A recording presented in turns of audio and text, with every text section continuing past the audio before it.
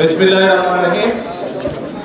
উপস্থিত সকল লয়ার বৃন্দ, উপস্থিত এলাকাবাসী, সকল উপস্থিতিবৃন্দ, আসসালামু আলাইকুম। আজকে আমরা এখানে নতুন কোর্ট বিল্ডিং এর ভিত্তিপ্রস্তর স্থাপন করলাম। এর বাইরেও এই বিল্ডিং, যদিও এটি বারের নিজস্ব টাকা দিয়ে কাজ শুরু হচ্ছে, তারপরেও সরকারের পক্ষ থেকে আমরা বিল্ডিং এর কনস্ট্রাকশনের জন্য 15 লক্ষ টাকা দেওয়া হচ্ছে।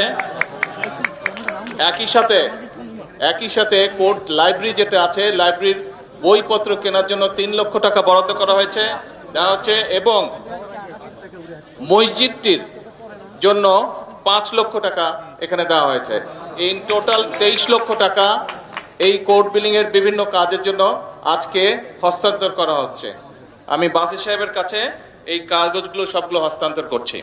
আমরা আশা করি ইনশাল্লাহ দ্রুত এই কাজগুলো সম্পন্ন হবে।